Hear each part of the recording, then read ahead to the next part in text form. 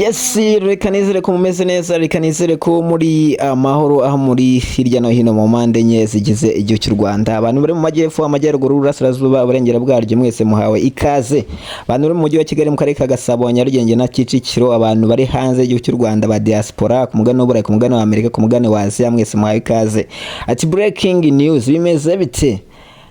Ni amakuru y'imikino aba ari gucaracara muri aka kanya, amakuru yihutirwa cyane, breaking news. Ati bimeze bite mu ikipe ijyanye mukunda cyane, ikipe ya Rayon Sport, ikipe ifanwa n'abafana benshi mu gihugu cy'u Rwanda ndetse no hanze yacyo. Ikipe ya APRFC tayari yamaze gufata rutemikirere yerekeza mu gihugu cya Tanzania, hari Dar es Salaam ahagomba kubera Sekafa Kagame Cup. Nibyo tugiye kuganiraho rero. Ati sasa na gutinda cyane, reka nihute duhere mu mikino irangiye mu kanya gato cyane. Ikipe ya Police Football Club yakinaga n'ikipe ya Vision FC, umukino waberaga hariya kuri Kigali Imperial Stadium kabisa, umukino wagishuti wari utegerejwe n'abantu benshi nyuma yuko iyi kipe ya Police FC ihagaritse amakipe menshi. Ati nayahe by'umwihariko yahagaritse ikipe ya APR ku mikino igera kuri 2 yose bakinnye.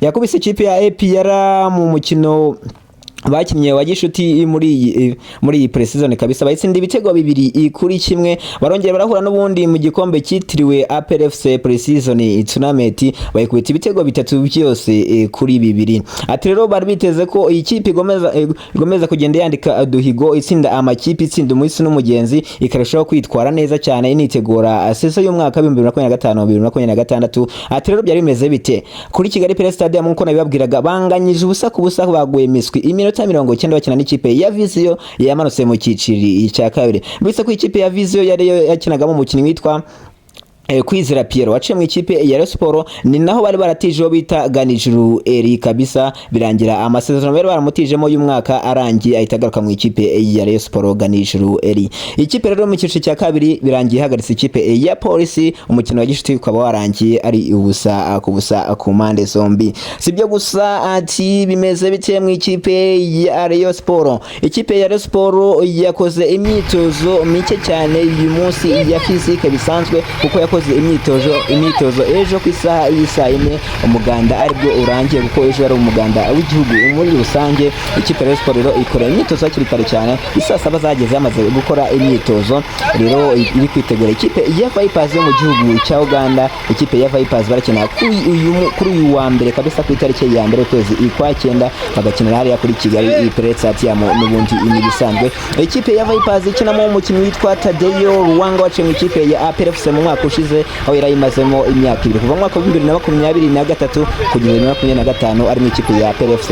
Tadeyo Ruwanga rero nyuma yo gutandukana n'ikipe ya APRFC agaterekeza mu gihugu cya Uganda iwabo, ese ahabwa recruitment y'umwaka umwe mu ikipe ya Vipers Football Club. Rero akazaba yagarutse Nyarugenge, arahari 5-5 mu myitozo bakoreye hariya mu Nzove ya Rayon Sport. Kuri imyitozo arahari 5-5, naganira n'abafana, anaganira n'itangazamakuru, mwagiye mubona ibiganiro ku bitangazamakuru bigiye bitandukanye. Tadeyo Ruwanga kabisa avuga ati kabisa nimerudia hapa Kigali, mjini wa Kigali, habari zenu cyane. Ati sasa bimeze bite rero iyi kipe suyu gusurimu, haro bita Kalisa Milton Rutayisire mu gihugu cya Uganda. Kalisa Milton nimba mwibuka neza cyane, yigeze nyabika ikipe y'igihugu Rwanda Amavubi, icyo gihe bakubitanaga n'ikipe ya Uganda, yari mukino mo gushaka ati cyo kujya mu gikombe cya CHAN. Ndibuka ko icyo gihe nimba naho ubyibuka neza, match yabereye kuri Kigali Imperial Stadium, icyo gihe Uganda isibuza Amavubi kwitabira CHAN, bakubise icyo gihe Uganda kuko yakubise Amavubi ibitego 2 kuri 1. ubwo kimwe muri ibyo 2 Uganda yatsinze harimo kimwe cya Milton Kalisa, uraza kuri kuhatakira ikipe ya Vipers bakina n'ikipe ya Rayon Sport kuri uyu wa mbere kabisa, nuko ibintu bimeze. Sibyo gusa kuko ku ruhande rw'ikipe ya Rayon Sport bamaze kugenda basinyisha abakinnyi bagiye batandukanye, nka rutahizamu witwa Asmani guturuka mu gihugu cy'u Burundi yamaze kubasinyira iyi kipe. Mwagiye mugenda mubibona ku bitangazamakuru ubikiye bitandukanye, no mukinnyi ugomba gufatanya na ba rutahizamu bagiye batandukanye ikipe ya Rayon Sport nka Fornganye bamaze kuhagera, umunya Senegal kabisa. Subiwo gusa wo bita Jean Barenke kabisa, uyu ni umunya Congo Brazzaville wakinnye mu ikipe ya Simba Sport Club, akina mu ikipe Yanga Sport Club akina mu ikipe yitwa TP Mazembe ari no yakinaga muri uyu mwaka kabisa urangiye. Ati meze bite se ko Mercato yarangiye araza muri Rayon Sport gute? Dore inzira agomba kunyuramo ni yingiye. Uyu mukinnyi Jean Bareke wo mu ikipe wakiniraga TP Mazembe yamaje kurangiza amasezerano ye muri iyi kipe ya TP Mazembe, dore ko yari yarasinyiye amasezerano y'umwaka umwe nyuma yo kuva mu ikipe ya Yanga Sport Club. Rero amasezerano ye yararangiye, ubu ni free agent. Nimba umukinnyi ari free agent biremewe ko yashaka ikipe yindi akayijyamo kubera ko nta kipe yabimugurishije. Ubundi umukinnyi wenda ukubera ko transfer window isa nkaho yarangiye yemereye kugenda ari free agent, icyo gihe biremewe. Reka rero nk'abanyarwanda twizere ko Jean Bareke kabisa agomba kugira muri iyi ikipe ya Rayon Sport akayisinyira amasezerano angana n'umwaka umwe nkuko bari kubipanga. Rayon Sport igasohokera igihugu muri CAF Confederations Cup imeze neza cyane, ifite rutayizamu Jean Bareke ubita Asumani ari guca ku rundi ruhande ndetse na Forunganye ku rundi ruhande, bakabagira uwo bita Bigirimana Abedi hagati mu kibuga, bakagira uwo bita Mohamed Isheri nawe hafi aho ngaho, bakagira uwo bita Dama Bagayogo asimbura ndetse n'uwo bita Ishimwe Fisto, bakagira kuri 11 Azizi Basani Kuranye nawe aho ngaho ndetse n'uwo bita Habimana Yves nawe aho ngaho kabisa, bakagira abo bitwa ba Ismail Pichu nawe nagihendutse kubera ko ari free agent, nawe agomba gusinyira ikipe ya Murera. Mugomba kumubona mu ikipe ya Murera bamwita Shimimana Ismail Pichu, nagihindutse muramubona mu ikipe ya Murera ari gucari hagati mu kibuga kuri gatandatu. Ngo hagati mu kibuga rero gatandatu ariho cyane obita Harimana Abdelaziz bakunda kwita Rivalido ari gucangwa kuri karindwi ashwanya gusa mwaramubonye ni mubi cyane, umukinnyi mwiza cyane nubwo akunda gukina nk'umusimbura ariko no musimbura mwiza cyane. Muri defense bita Yusuf Dianye yamaze kwagaruka, mwaramubonye cyane Yusuf Dianye, akaba bita Rushema Chris arahari cyane we nubwo azakina nk'umusimbura kuko mu defense ni Yusuf Dianye, akaba Senabwo Ale Omar, akaba uwo bita Imabure Saimana, akaba n'uwo bita Selembogo Ale Omar kuri nomero 3, akaba uwo bita Fabrice cyangwa se Musole Empress. Urukumva Rayon Sport izaba ari ikipe igororotse. Ismail Pichu namara kubamo 100% akaba hari cyane, ndetse n'uyu nguyu bita Jean Bareke kabisa ko ari mu ikipe ya Rayon Sport. Ni ikipe isabiryana imeze neza cyane. Ati sasa imeze Rayon Sport iripimira neza igipimo nyacyo kuri Vipers.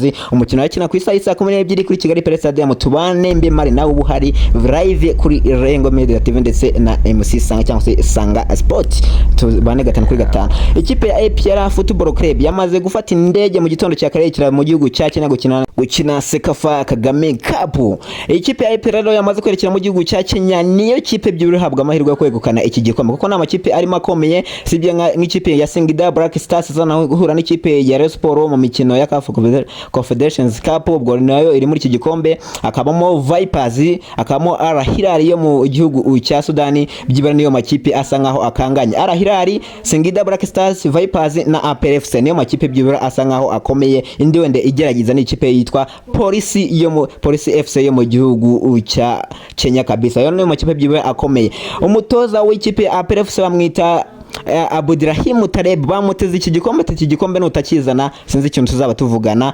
Natakizana zahita sezererwa na shiti, agomba guhita sezererwa mu ikipe ya APR obita Taleb umunya Maroke. Ikipe ya Sport y'abagore nayo yahagurutse ku isaha y'isa 7 hari Nyabugogo, bafatiye yerekera Kampala, bwo ndavuga bisi cyangwa se indege yo kubutaka bajya gukina Sekafa. Nawe mbere Sekafa ne bagomba gukina kumaza gukina bakakora amajonjora, ubwo tike babonyemo ni iberekeza muri CAF Champions League kabisa hariya mu gihugu cya Kenya. Imikino igomba kubera, bazahura n'ikipe yitwa CBA yo muri Ethiopia yigeze kubatsinda umwaka ushize, bahura n'ikipe yo mu Burundi, bahura n'indi kipe yo muri Zambia. Rero wumve ko Rayon Sport byibura uyu mwaka ifite amakipe asanga batagoranye. Ikipe nta kipe yo mu Burundi murabizi, nta kipe yo mu Burundi gishobora yo mu Rwanda, yaba ari muri football, yaba ari mu biki, yaba ari mu bagore, yaba ari mu bagabo. Yo mu Burundi twiteze ko izayitsinda CBA, nawe sobwa kari nubwo kari bagiye guhura, twizere ko izayitsinda. Rayon Sport nayo nuko obimeze. Ubwo reka twitega ko iyi kipe ya Rayon Sport y'abagore byibura uyu mwaka igomba kwitwara neza nkuko twagiye tubikora mu biganiro bitandukanye. Twaganiriye